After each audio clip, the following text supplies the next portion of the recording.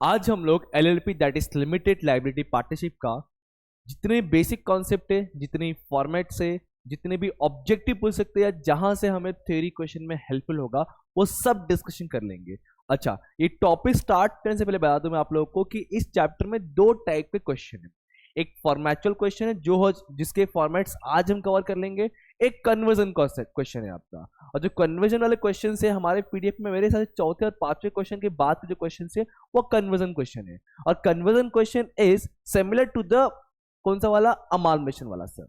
मतलब अगर आपने अमालमेशन का थोड़ा बहुत भी किया रहेगा ना तो कन्वर्जन क्वेश्चन बड़ा इजी हो जाएगा आपके लिए। पीसी निकालना, ट्रांसफर करना, रियल एस्टेट करवाना एंड ऑल। बट ये जो फॉर्मेचुअल क्वेश्चन है उसके लिए आपको फॉर्मेट आना जरूरी है।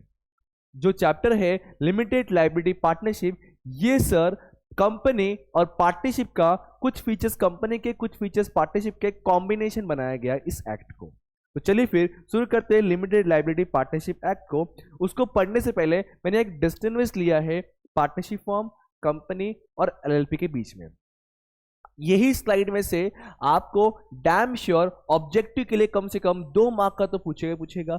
इसके अलावा इसी पीडीएफ से, इसी पेज से आप थ्योरी के लिए आराम से कोई भी क्वेश्चन क्यों नहीं पूछे एलएलपी में थ्योरी का, आपका आराम से इसमें से नोट्स बना के लिख सकते हो उसमें, क्योंकि यहां मैंने सारे की पॉइंट लिए हुए, की वर्ड्स लिए हुए, जिससे आप आराम सेंटेंस को प्रिपेयर कर सकते हो। चलो फिर शुरू करते हैं विदाउट वेस्टिंग टाइम। तो सबसे पहला पॉइंट है एक्ट। देखिए हर रूल का एक अलग एक्ट होता है, अलग कानून होता है। जैसे कि पार्टनरशिप एक्ट क्या बता दीजिए, जो आपने बचपन से पढ़ते आ रहे, मतलब 11 12 से पढ़ते आ रहे हैं। इसका सर पार्टनरशिप एक्ट है 1932। क्या है? 1932। कंपनीज एक्ट सर पहले चलता था 1956, अभी मोस्टली प्रेफर करते लोग क्या सर, 2013 वाला। जैसे इसका एक्ट 1932 है, इसका 2013 है, वैसे एलएलपी सर 2008 में आया हुआ है, दैट इज 2008 वाला एक्ट फॉलो होता है एलएलपी का। मतलब पहला ऑब्जेक्टिव बन सकता है इसमें से एलएलपी एक्ट आपका। दूसरा पॉइंट है लायबिलिटी। यहाँ पे लायबिलिटी का मतलब पूछा जा रहा है, जो एंटरप्राइज, जो ऑर्गेनाइजेशन, जो बिजनेस है, उसका लायबिलिटी में उसके जो ओनर्स रहेंगे, उन ओनर्स का लायबिलिटी लिमिटेड है या अनलिमिटेड है। सर लिमिटेड लायबिलिटी और अनलिमिटेड लायबिलिटी डिफरेंस क्या है? सर अगर अगर अगर लिमिटेड लायबिलिटी है दैट मीन्स आपको सिर्फ आपका बिजनेस प्रॉपर्टी इफेक्ट होगा, वाइल पेमेंट और सेटलमेंट ऑफ लायबिलिटी, मतलब अगर कर्जे में आप डूबे हुए हो तो कर्जा पे करने के लिए खाली और खाली बिजनेस का ही लायबिलिटी इफेक्ट होगा, उसको बोलते हैं लिमिटेड लायबिलिटी। लिमिटेड है भाई। अनलिमिटेड लायबिलिटी में क्या, अरे तुम्हारा पर्सनल प्रॉपर्टी भी इफेक्ट होगा, घर का प्रॉपर्टी भी इफेक्ट होगा। मतलब क्या, बिजनेस प्रॉपर्टी तो बेचना ही पड़ेगा, फिर भी कम पड़ा तो सर बिजनेस प्रॉपर्टी के अलावा पर्सनल प्रॉपर्टी भी बेच के चुकाना पड़ेगा कर्जा आपका। तो यस, अनलिमिटेड लायबिलिटी मतलब सर जिसमें आपका business property as well as आपका घर का प्रॉपर्टी भी इफेक्ट होगा। घर का property that is personal property बोल सकता हूं मैं। ओके सर, तो देखिए पार्टनरशिप फॉर्म में जो पार्टनर्स ओनर्स होते हैं उनका liability sir, yes we know very well, unlimited होता है सर। क्या होता है सर? अनलिमिटेड होता है। और जो कंपनीज होता है उसमें जो ओनर सर, शेयर होल्डर होते हैं, उनका लायबिलिटी सर लिमिटेड होता है। उनका पर्सनल प्रॉपर्टी इफेक्ट नहीं होता है, जितना इन्वेस्टमेंट किया था खाली उतना इफेक्ट होता है आपका। ओके, वैसे ही मैंने क्या कहा कि सर एलएलपी जो है इन दोनों कॉम्बिनेशन है, मतलब कहीं से कुछ फीचर्स इसका रहेगा तो कुछ फीचर इसका रहेगा। तो एलएलपी में जो लायबिलिटी होता है पार्टनर्स का वो भी लिमिटेड ही होता है। हाँ जी, ये भी लिमिटेड ही होता है एलएलपी चैप्टर के अंदर। अगला पॉइंट है सर अपना रजिस्ट्रेशन। देखिए आप सभी को पता है सर कि पार्टनरशिप फॉर्म रजिस्ट्रेशन कंपलसरी नहीं है, इसमें एग्रीमेंट कंपलसरी है सर। इट में बी ओरल, इट में बी रिटन। पार्टनरशिप फॉर्म में एग्रीमेंट कंपलसरी है, रजिस्ट्रेशन मतलब अंडर द एक्ट रजिस्टर करना कंपलसरी नहीं है। बट यस, महाराष्ट्र में कंपलसरी है, अदर देन महाराष्ट्र कहीं भी कंपलसरी नहीं है, इट्स ऑप्शनल पार्ट। तो सर पार्टनरशिप फॉर्म रजिस्ट्रेशन करना except the Maharashtra, it's our optional. But company, अगर आप एक कंपनी स्टार्ट करने जा रहे हो तो रजिस्ट्रेशन करना सर कंपलसरी है। वैसे ही एलएलपी स्टार्ट करने जा रहे हो तो भी आपका रजिस्ट्रेशन कंपलसरी है सर। याद रखना, ये सारे फीचर्स पढ़ रहे, एक्ट हो गया, लायबिलिटी हो गया, रजिस्ट्रेशन हो गया। अगला पॉइंट चलते हैं सर, अगला पॉइंट है मेंबर्स, मतलब कितने मेंबर को हम ज्वाइन कर सकते हैं। पार्टनरशिप फॉर्म में पता है सर कम से कम पार्टनर्स की बातें हो रही है, चाहे पार्टनर्स किधर का भी क्यों ना हो दो सर, पार्टनर्स की बातें हो रही है, तो कम से कम कितने पार्टनर्स चाहिए? 2 लोग। मतलब यहाँ मिनिमम 2 और मैक्सिमम 50 है। बट हाँ, इसमें बैंकिंग और नॉन बैंकिंग वाला कॉन्सेप्ट भी था। बैंकिंग में 10 और नॉन बैंकिंग में 20 होता है। बट यस, अभी के लिए आपको यही याद रखना है, मिनिमम 2 और मैक्सिमम 50। मतलब मैं चाहकर भी पार्टनरशिप फॉर्म अगर चला रहा हूं, पार्टनरशिप फॉर्म एक्ट के अंदर रजिस्टर हूं, तो मैं चाहकर भी 50 से ज्यादा लोगों को मैं नहीं ज्वाइन कर सकता। बराबर, ये लिमिट है। बट मैं चाहता हूं, अरे नहीं यार, वो जो 51 वाला बंदा है ना, वो मेरा खास है। हाँ, वो मेरा खास है, उसको ज्वाइन करना चाहता हूं अपने बिजनेस में। तो उसके लिए तुम्हें पार्टनरशिप फॉर्म नहीं, क्या करना पड़ेगा? कंपनी करना पड़ता था। कंपनी करना पड़ता था, क्योंकि यहाँ पे लिमिट देखिए, प्राइवेट कंपनी में 200 है और पब्लिक में तो अनलिमिटेड है। और मिनिमम प्राइवेट में 2 है, पब्लिक में 7 है। लेकिन अब मैं चाहता भी नहीं कंपनी भी चालू करूं, मुझे उसको ज्वाइन तो करना है, बट चाहता नहीं कंपनी बनाओ अपने बिजनेस को। क्यों सर? क्योंकि कंपनी बनाऊंगा तो lots of rules and regulation है, बहुत सारे पेपर वर्क है, संभालना पड़ता है, बहुत कुछ है सर। मुझे ऐसा कोई बीच का रास्ता चाहिए था जहां पार्टनर्स एक्स्ट्रा ला सकूं और कंपनी की चीजें फॉलो कर सकूं। तो इसके लिए एक नया चीज इंट्रोड्यूस हुआ, that is LLP, that is limited liability partnership. यहां क्या किया गया भाई? यहां का मिनिमम 2 मेंबर उठाया गया और यहां से मैक्सिमम नो लिमिट अनलिमिट उठा दिया गया। तुम अब LLP ओपन करो, LLP ओपन करो, 2 लोग मिलकर चालू करो, अब फिर 200 लोग को, 300 लोग को, जितने लोग को ज्वाइन करना कर सकते हो, कोई लिमिट नहीं है। जैसे कि आप सभी को पता है, हमारा visionary commerce academy sir LLP है, इसमें 2 पार्टनर्स है। हम चाहे तो इन फ्यूचर आप सभी को भी पार्टनर्स बना सकते हैं, क्योंकि लिमिट नहीं है। Is that clear? बना सकते हैं क्या? चलो, तो सर ये पॉइंट हो गया, एक्ट हो गया, लाइबिलिटी हो गया, रजिस्ट्रेशन हो गया और मेंबर्स हो गया। नेक्स्ट पॉइंट चलते हैं। नेक्स्ट पॉइंट है ओनर्स। जैसे कि पार्टनरशिप फॉर्म में ओनर कौन होगा? डेफिनेटली सर, पार्टनरशिप फॉर्म में जितने पार्टनर्स होंगे वो सब क्या रहेंगे? ओनर्स रहेंगे sir, no doubt. Sir, company में जो कंपनी का शेयर्स खरीदता है उसको हम ओनर ऑफ द कंपनी बोलते हैं, जिसे बोलता है sir share holders. Sir, LLP में जितने भी पार्टनर्स रहेंगे, अगेन ये पार्टनरशिप का कॉम्बिनेशन, तो पार्टनर्स ओनर्स रहेंगे यहां भी सर। ठीक है, यहाँ भी कौन ओनर कौन रहेगा सर? पार्टनर्स रहेंगे। अगला पॉइंट है सर मैनेजमेंट। पार्टनरशिप फॉर्म में पार्टनर्स खुद पूरा बिजनेस को मैनेज करते हैं, लेकिन कंपनी में सर BOD और आपका मैनेजर्स मिल करके, BOD कौन होता है? Board of directors. सारे शेयर होल्डर से कुछ लोगों को, रिप्रेजेंटेटिव को सिलेक्ट किया जाता है, वो ग्रुप बनता है, उनको बोलते हैं बोर्ड ऑफ डायरेक्टर। तो सर बोर्ड ऑफ डायरेक्टर और मैनेजर्स क्या करते हैं? कंपनी को मैनेज करते हैं। सारे शेयर होल्डर्स मिलकर नहीं करते, उतना कॉम्प्लिकेशन नहीं क्रिएट करना होता है। वैसे ही LLP के अंदर सारे पार्टनर्स, क्योंकि यहाँ तो पार्टनर्स नो लिमिट है, मान लो तुम सबको पार्टनर्स बना दिया मैंने, हाँ 200-300 पार्टनर्स बन गए मेरे, तो अब यहाँ पे सबको साथ में लेके मैनेजमेंट करना मतलब बहुत डिफिकल्टी फेस करना पड़ेगा। सो इसलिए आप सभी से 2 लोग को अपॉइंट किया जाएगा, उनको बोलते हैं डेजिग्नेटेड पार्टनर। और डेजिग्नेटेड पार्टनर जो क्या करेंगे? पूरे पार्टनरशिप दैट इज LLP को मैनेज करेंगे।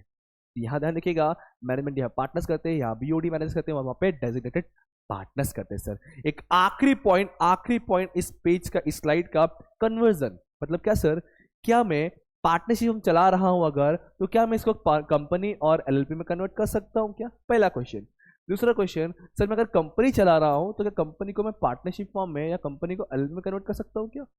तीसरा क्वेश्चन, अगर सर मैं LLP चला रहा हूं तो क्या LLP को मैं नॉर्मल पार्टनरशिप फॉर्म में या कंपनी में कन्वर्ट कर सकता हूं क्या? तो आपको बता दूं मैं, पार्टनरशिप फॉर्म आप कंपनी और LLP दोनों में कन्वर्ट कर सकते हो।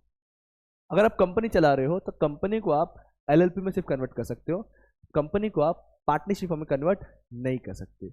Same thing for the LLP also, LLP को आप कंपनी में कर सकते हो बट LLP को आप पार्टनरशिप में नहीं कर सकते। मतलब ऐसा हो गया, ये छोटा भाई है, ये छोटा भाई है भाई, ये इनके पास जा सकता है, लेकिन ये लोग इनके पास नहीं आएंगे, और ये तो आपस में डिस्कशन कर सकते हैं, इंटरचेंज कर सकते हैं सर। यस, देखिए जब बोल रहा हूं मैं क्या बोलना चाह रहा हूं, पार्टनरशिप फॉर्म जो सर LLP और LTD दैट इज कंपनी में कन्वर्ट हो सकता है। कंपनी सर LLP में कन्वर्ट हो सकता है, लेकिन पार्टनरशिप में नहीं हो सकता। सर ये अगेन कंपनी में कन्वर्ट हो सकता है, लेकिन ये पार्टनरशिप में नहीं हो सकता।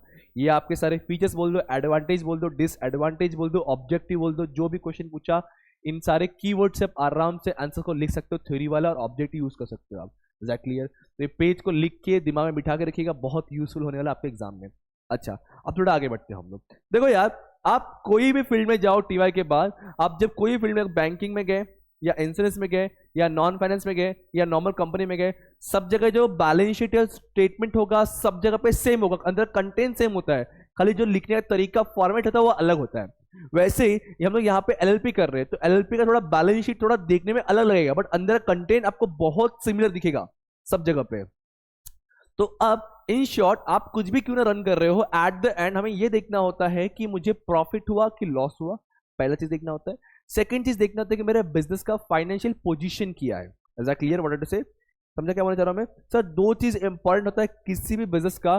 पहला चीज तो सर मुझे प्रॉफिट हो रहा है कि लॉस हो रहा है, उसके लिए मुझे क्या देखना पड़ता है सर, मेरे बिजनेस का इनकम और एक्सपेंस को कंपेयर करना पड़ता है। Yes sir no? वैसे ही मुझे अगर जानना मेरे बिजनेस का फाइनेंशियल पोजीशन क्या है, तो उसके लिए सर मुझे बनाना पड़ता है बैलेंस शीट। तो यहां भी हम वही करने वाले हैं, यहां हम बनाने वाले स्टेटमेंट ऑफ इनकम एक्सपेंडिचर, और दूसरा रहेगा सर हमारा बैलेंस शीट वाला पार्ट। हाँ जी, अकाउंट नहीं है, ये स्टेटमेंट है, इसलिए देखो अकाउंट वर्ड नहीं है, डेबिट क्रेडिट नहीं है, ध्यान रखिएगा इस छोटी सी बात को। सर मुझे प्रॉफिट है कि लॉस हो कैसे मालूम पड़ेगा? डेफिनेटली हम पहले भी ऐसे करे सर, यहाँ पे इनकम लिखते थे, यहाँ पे एक्सपेंसेस को लिखते थे, इनकम में से एक्सपेंस को माइनस करते थे, अगर आंसर पॉजिटिव आया तो नेट प्रॉफिट होगा, नेगेटिव आया तो नेट लॉस होगा। तो यहां भी वही करना है सर, पहले सारे इनकम को लिख देंगे, सारे एक्सपेंस को लिख देंगे, इनकम का प्लस करेंगे ए आंसर मिलेगा, एक्सपेंस को प्लस करेंगे बी आंसर मिलेगा, ए में से बी को माइनस करूंगा, आंसर पॉजिटिव आया तो नेट प्रॉफिट होगा, नेगेटिव आया तो नेट लॉस। बट वही है कि फॉर्मेट याद करना पड़ेगा, तो चलो फिर करते हैं, कोई दिक्कत नहीं है, सिंपल सा फंडा है सर। 3 income 6 expenses. अल्लाह क्या बात करो सर, हाँ 3 इनकम 6 एक्सपेंसेस, ऐसे याद रखने का भाई। 3 इनकम, कमाया 3 गया 6, समझा? नंबर्स में ऐसा है। तो 3 इनकम 6 एक्सपेंसेस। इनकम में देखिए क्या क्या आपको दिया हुआ है, तो सबसे पहला जो है हमारे किसी भी बिजनेस का सबसे बड़ा इनकम और सबसे मेन इनकम, महत्व इनकम से जिसको बोलते हैं net turnover, is also called as sales.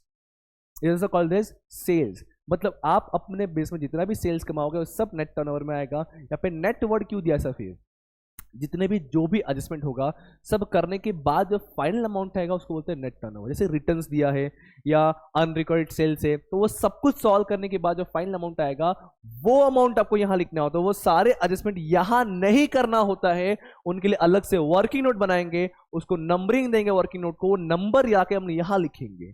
समझा क्या बोलना चाहते? शेड्यूल नंबर और नोट्स नंबर कहीं ना कहीं।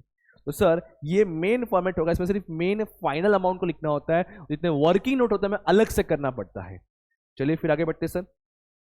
नेट टर्नओवर के बाद अदर इनकम है सर, सेल्स को छोड़ के उसके अलावा जो भी बचा कुछ इनकम रहेगा वो सब हमारा अदर इनकम में आएगा। जैसे कि मेरे पास मान लो बहुत पैसा है, मानने में क्या जाता है सर, बहुत पैसे में से थोड़ा पैसा मैंने कहीं पे इन्वेस्टमेंट कर दिया, उसके रिटर्न में मुझे इंटरेस्ट या डिविडेंड मिल रहा है, तो जो मुझे एक्स्ट्रा पैसा मिल रहा है अदर देन दिस सेल्स, वो मेरे क्या रहेगा सर? अदर इनकम रहेगा। इसके अलावा मैं तो रास्ते से जा रहा था, बेलपूरी खा रहा था, नीचे 100 का नोट दिखा, पूरी बात सुनने का रे, नीचे 100 का नोट दिखा, यहाँ वहां दिखा, गपचुप उठाया, जेब में डाल दिया, निकल लिया आगे।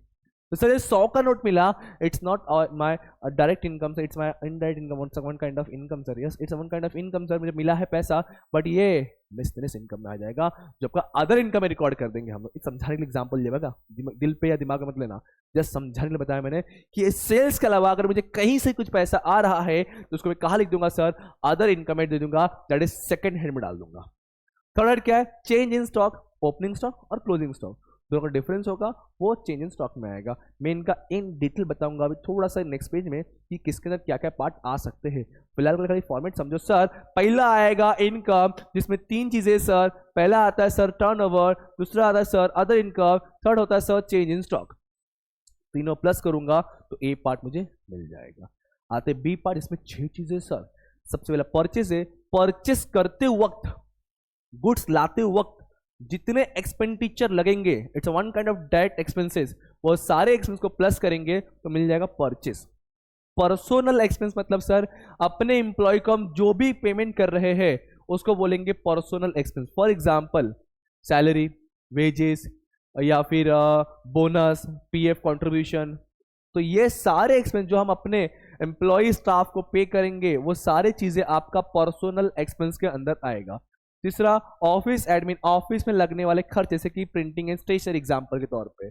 सेलिंग एंड डिस्ट्रीब्यूशन, सामान को बेचने के लिए लगने वाला खर्चा, जैसे फॉर एग्जांपल मान लो, मानने में क्या जाता है, जैसे फॉर एग्जांपल आपका बिजनेस है ये बैटरी बना के बेचना, ये बैटरी बनाकर बेचना, ये आपका बिजनेस है। अब आप चाहते हो किसी एक को बुलाया जाए जो अच्छा मार्केटिंग करता हो, जो अच्छे से प्रमोशन कर सके हमारे इस बैटरी का, और मैं क्या करूंगा, उसको पेमेंट करूंगा। तो आपने बोला सुनील सर, मुझे याद किया, बोला सुनील सर आप क्या करो ना, ये बैटरी का ना प्रमोशन करो अपने यूट्यूब चैनल्स पे, अपने सारे सोशल मीडिया पे, और इसका प्रमोशन करने के लिए हम आपको एडवर्टाइजिंग का पैसा पे करेंगे।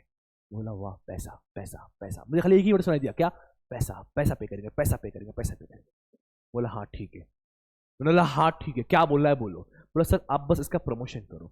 मैं आया, मैं बोला सबसे बेस्ट बैटरी, चार्जेबल बैटरी, आप एकदम मस्त बैटरी लो लगाओ, अपने रिमोट में चलाओ सालों साल। हाँ मैं बैटरी का प्रमोशन कर रहा हूं, ये 10 का एक बैटरी, 10 का एक बैटरी, 40 का 5 बैटरी, 10 का एक बैटरी, 10 का एक बैटरी, 40 का 5 बैटरी। ये जो मैं बोल रहा हूं उसके लिए पैसा लूंगा बिजनेस से, तो बिजनेस के लिए वो हो गया एडवर्टाइजमेंट कॉस्ट। तो कहां पर आएगा सर, सेलिंग एंड डिस्ट्रीब्यूशन के लिए। कहां पर आएगा, सेलिंग एंड डिस्ट्रीब्यूशन के लिए। जैसे एग्जांपल, हाँ भाई तो सच में तुम लोग आ जाओ मेरे पास, सर ये बेचो वो बेचो बोल के, आगे सुनो। फिर सर डेप्रिसिएशन एंड अमोर्टाइजेशन, किसी फिक्स टेंजिबल एसेट का जब वैल्यू कम होता है उसको बोलते हैं डेप्रिसिएशन, और अगर सर किसी भी इनटेंजिबल एसेट का वैल्यू कम होगा उसको बोलेंगे अमोर्टाइजेशन। जैसे कि sir land, building, plant, machinery, furniture, इनका अगर वैल्यू कम हो रहा है, लैंड एंड बिल्डिंग साथ में आ क्या, तो इनका वैल्यू कम हो रहा है उसको बोलेंगे डेप्रिसिएशन। और जितना वैल्यू कम हो रहा होता है खाली वही वैल्यू आपको यहां लिखना होता है। गुडविल राइट ऑफ हुआ तो जितना वैल्यू गुडविल का राइट ऑफ हो रहा है वो राइट ऑफ अमाउंट खाली को यहां लिखना होता है। डन। और अदर में सर जिसका कोई नहीं उसका अदर, जिसका कोई नहीं उसका अदर, मतलब इधर कोई चीज जो नहीं आ रहेगा वो कहां पे आ जाएगा, अदर में आ जाएगा।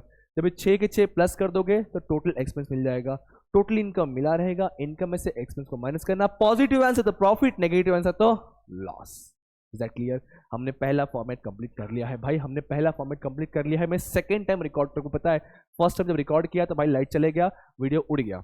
अब मैं सेकंड टाइम रिकॉर्ड कर रहा हूँ, सेम मेहनत कर रहा हूँ, कोई बात नहीं आप लोगों के लिए। तो sir yes, income minus expense करना हमें, इनकम में 3 चीजें हैं, एक्सपेंस में 6 चीजें हैं। इनकम में 3 चीजें क्या क्या है साथ में रिपीट करो, यहीं पे याद हो जाएगा आप लोग को, बाद में एग्जाम के लिए वेट नहीं करना पड़ेगा। सर इनकम में 3 चीजें क्या है, नेट टर्नओवर, बोलो साथ में बोलो, घर वालों को लगना चाहिए कि पढ़ाई कर रहा है हमारा बेटा या बेटी, मूवी बैठ के नहीं देख रहा है। सर पहला है नेट टर्नओवर, दूसरा है अदर इनकम, तीसरा है change in stock. Sir expense में आ जाए टोटल 6 है, 6 ऊपर 3 नीचे 6। सर पहला है परचेज, दूसरा है पर्सनल, तीसरा है ऑफिस, चौथा है सर सेलिंग, पांचवा है डेप्रिसिएशन, और पांचवा लास्ट में छठवा है सर जैसा कोई नहीं उसका अदर है, अदर है, अदर है। ठीक है, यस सर हमने इनकम एक्सपेंडिचर कर लिया है। इसका इन डेप्थ अगर आपको देखना हो तो नोट्स में क्या क्या, जो वर्किंग नोट करते हैं ना उसमें क्या क्या, कौन से हेड के अंदर क्या क्या चीजें आनी चाहिए वो बताने जा रहा हूं मैं। जैसे कि नेट टर्नओवर के अंदर सेल्स या रिटर्न्स या रिटर्न इनवर्ड, सेल्स रिटर्न को हम क्या कहते हैं, रिटर्न इनवर्ड भी कहते हैं। अदर इनकम में सर मैंने कहा ना, सेल्स को छोड़ के कोई भी पैसा आपको मिलता है तो अदर इनकम में आ जाएगा। नेक्स्ट है चेंज इन स्टॉक, याद रखिएगा फॉर्मूला गड़बड़ होता है। क्या सर? फॉर्मूला है closing minus opening, opening minus closing नहीं है, क्लोजिंग माइनस ओपनिंग है, क्लोजिंग माइनस ओपनिंग है, बात को याद रखिएगा। नेक्स्ट हेड है सर हमारा परचेस, मैंने कहा ना परचेस करते वक्त जो जो खर्चे लगेंगे डायरेक्ट वाले सारे ऐड करेंगे। जैसे कि देख सकते हो रिटर्न माइनस किया हुआ है, रिटर्न को ही हम यहाँ करते हैं परचेस रिटर्न, उसी को कहते हैं रिटर्न आउटवर्ड भी, याद रखिएगा। अब लगने वाला खर्चे से फैक्ट, कैरिज, रॉयल्टी, जितने भी खर्चे लगेंगे परचेस के वक्त में वो सारे एक्सपेंस ऐड होंगे। हाँ इसमें 2 नया चीज मैंने बताया नहीं आप लोग को, ट्रेडिंग का क्रेडिट याद है आप लोग को, यहाँ पे था by goods loss of fire, theft, stolen वगैरह, तो वो चीजें था आपको यहाँ पे माइनस करना अगर एडजस्टमेंट में दिया होगा तो। और इनका सेकंड इफेक्ट होता है आपका अदर एक्सपेंस, रखिएगा ये एडजस्टमेंट होगा ना तो every adjustment has two effect, तो एक इफेक्ट यहाँ परचेस माइनस होता है, सेकंड इफेक्ट आपका अदर एक्सपेंस में आता है। Goods loss of fire, theft, use for personal use, distribute free sample, वो हर चीज़ है आपका। नेक्स्ट हेडिंग है आपका पर्सनल, मैंने बता दिया एम्प्लॉयज से रिलेटेड जो भी रहेगा, salary, wages, bonus, PF, contribution, वही एग्जांपल दिया था मैंने आपको। नेक्स्ट है सर ऑफिस का खर्चा, ऑफिस से जुड़ा हुआ जैसे कि office rent, legal expenses, printing and stationery. Next one है सेलिंग डिस्ट्रीब्यूशन, मैंने अभी बताया आपको, ट्रैवलिंग और एडवर्टाइजिंग कॉस्ट या कमीशन पे करना या बैडेट्स जो भी रहेगा आपका। उसके अलावा सर नेक्स्ट है other expenses, that is interest paid और एक्सेट्रा, जिसका कोई नहीं उसका अदर। डन डन डना डन। नेक्स्ट फॉर्मेट और आखिरी फॉर्मेट आज के सेशन का, मुझे लगता है और मैक्सिमम 15 मिनट जाएगा, उसके अंदर फिर आपका ये सेशन यहाँ पे खत्म। फिर इसके बाद आप डायरेक्ट सम्स उठा के सॉल्व कर सकते हो, बिंदास आपको समझेगा और आएगा। सुनिए, statement of assets and liability में सर दो पार्ट है, जैसे वहां पे होता है लायबिलिटी और एसेट, वैसे ही यहाँ भी सर नॉर्मल बैलेंस शीट में से होता है ना लायबिलिटी और एसेट, वैसे ही यहाँ पे लायबिलिटी को थोड़ा सा नाम एक्सटेंड कर देगा, बोला गया कॉन्ट्रीब्यूशन एंड लायबिलिटी। क्या बोला गया? Contribution and liability. और दूसरा है सर एसेट्स। ऐसा क्यों सर? क्योंकि ये सिर्फ लायबिलिटी नहीं है, यहाँ पार्टनर्स का भी कॉन्ट्रीब्यूशन होता है, इसका नाम क्या पड़ गया? Contribution and liabilities. Contribution liability को दो पार्ट डिवाइड किया गया, एक है आपका पार्टनर्स फंड, दूसरा है सर लायबिलिटीज। पार्टनर्स फंड में दो चीजें सर, क्या? एक contribution receive. Contribution receive is nothing but to the partners capital. ध्यान रखिएगा, कंट्रीब्यूशन रिसीव को पता करने के लिए हम बनाएंगे पार्टनर्स कैपिटल अकाउंट, जो 11-12 बनाते हैं वही वाला है आपका। रिजर्व सरप्लस, जो आपने जितने बैलेंस शीट पढ़ा है अभी तक, तो सभी में रिजर्व सरप्लस जो आते थे ना, profit loss, general reserve, capital reserve, वो सारे रिजर्व इसमें आपके आएंगे। फिर लायबिलिटीज के अंदर तीन चीजें, short term borrowing, trade payable और other liability. Short term borrowing में अगर शॉर्ट टाइम के लिए बोरो किया हुआ है या अमाउंट है तो शॉर्ट टर्म बोरोइंग में आएगा। ट्रेड पेबल में याद करो payable, payable that is bills payable और क्रेडिटर। अगर बिल्स पेबल और क्रेडिटर होगा तो कहां आएगा सर? ट्रेड पेबल में आएगा। अदर लायबिलिटी में क्या सर? अदर लायबिलिटी क्या सर? सर इनको छोड़ के कुछ और बचा हुआ जिसका कोई नहीं उसका अदर। अगर आप ये वीडियो YouTube पे देख रहे हो तो हमारा पूरा कोर्स हमारे एप्लीकेशन में अवेलेबल है, वहाँ से कर सकते हो। और अगर कुछ मिस हो गया हो आप लोगों से तो कवर कर लीजिए एज सुन एज पॉसिबल, क्योंकि अभी भी हमारे पास टाइम है। चलिए आगे देखते हैं सर। अदर लायबिलिटी में होने के बाद ये तीन चीज खत्म हो गया, हमारा पूरा लायबिलिटी मिल जाएगा। Sir liability is divided into two parts. First one partners fund, second one is liability. Partners fund दो पार्ट में है, एक है सर हमारा कंट्रीब्यूशन रिसीव, दूसरा reserve and surplus. Sir liability is divided into three parts, 2 और 3 का हिस्सा है, 2 और 3 का हिस्सा है सर। 2 3 7 ही है, 2 3 7 है। क्या 2 3 7 मतलब? अरे 2 और 3 और ये 7, याद हो गया? 2 3 7 है सर, 2 3 7 है, 2 3 7, 2 3 और 7। चलिए एसेट्स में आ जाओ सर। सबसे पहला है net fix asset, that is sir land, building, plant, machinery, furniture, equipment. इन सब का सारा एडजस्टमेंट करने के बाद, डेप्रिसिएशन एंड ऑल सब कुछ करने के बाद जो फाइनल अमाउंट आएगा उसको बोलेंगे नेट फिक्स एसेट। सारा एडजस्टमेंट कहां करेंगे? वर्किंग नोट में करेंगे। उसका जो नंबर होगा नंबर यहां लिखेंगे, फाइनल अमाउंट हम कहां लिखेंगे? यहां लिखेंगे। आगे सर इन्वेस्टमेंट, अगर हमने कहीं पे इन्वेस्टमेंट किया हुआ, कहीं पैसा लगाया हुआ है तो उस इन्वेस्टमेंट का अमाउंट यहाँ पे, जैसे सर शेयर्स खरीद लिया, डिबेंचर खरीद लिया फॉर द लॉन्ग पीरियड, वो कहां पर आएगा? इन्वेस्टमेंट में। लोन एडवांस, अरे कभी तो अच्छा अमीर बन के सोचो, हमेशा गरीबी वाले हरकतें क्यों करते तुम लोग? यहाँ वर्ड लिखा है लोन एंड एडवांस, एसेट में दिया है, मत समझो रॉन्ग दिया है। लोन तो सर लायबिलिटी में आता है। अरे इस लोन एडवांस का मतलब है हमने किसी को लोन दिया है, इसलिए कहां दिख रहा है? वो एसेट्स में दिख रहा है। नेक्स्ट पार्ट क्या सर? इन्वेंट्रीज। इन्वेंट्रीज का मतलब क्या होता है सर? स्टॉक। यहाँ पे कौन सा स्टॉक? ओपनिंग की क्लोजिंग, दो टाइप का स्टॉक होता है ना सर। यहाँ आएगा क्लोजिंग स्टॉक, क्योंकि हम बातें कर रहे हैं बैलेंस शीट का, और बैलेंस शीट ऑलवेज प्रिपेयर होता है ईयर के एंड में, इसलिए हम क्लोजिंग की बातें करेंगे, इसलिए यहाँ पे सर क्लोजिंग स्टॉक ही आएगा। रीजन समझो, याद रहेगा, रट्टा मत मारो, भूल जाओगे। आगे सुनो सर, अगला है ट्रेड रिसीवेबल। बस 5 मिनट मुझे और तो खत्म हो जाएगा। ट्रेड रिसीवेबल सर मतलब सर जिसका पैसा मिलना बाकी है, दैट इज डेटर्स और ट्रेड रिसीवेबल। जिसका डेटर्स और बिल रिसीवेबल जो आएगा ट्रेड रिसीवेबल के अंदर, जिसका पैसा मिलना बाकी है वो सब चीज कितना आएगा सर? ट्रेड रिसीवेबल में आएगा। अगला है कैश एंड कैश इक्विवेलेंट। हाथ में कैश पैसा, जेब में पैसा, it's a cash. Cash equivalent, bank में पैसा, बिल्स पड़ा हुआ है, चेक पड़ा हुआ है, मतलब कैश और bank balance is equal to cash and cash equivalent boss. ठीक है। अगला है सर अदर एसेट्स। अरे जिसका कोई नहीं उसका अदर, याद रहेगा 7 चीजें सर। पहला क्या है? नेट फिक्स एसेट, दूसरा इन्वेस्टमेंट, तीसरा लोन एडवांस, चौथा इन्वेंट्रीज, पांचवा ट्रेड रिसीवेबल, छठवा कैश एंड कैश इक्विवेलेंट, सातवां अदर एसेट। क्लियर है? एक बार रिवाइज करें फटाफट एसेट्स को, बैलेंस शीट को। सर बैलेंस शीट को 2 पार्ट में डिवाइड किया गया है, साथ में बोलते रहो, घर वाले को लगना चाहिए ना पढ़ाई कर रहे, टाइम पास नहीं कर रहे।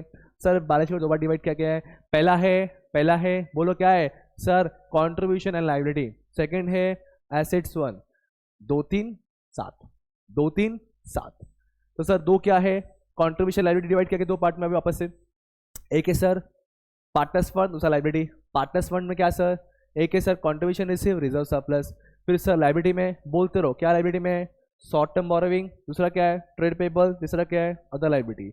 लाइबिलिटी खत्म हुआ, बात करेंगे असेट्स। असेट में कितने पार्ट, 7।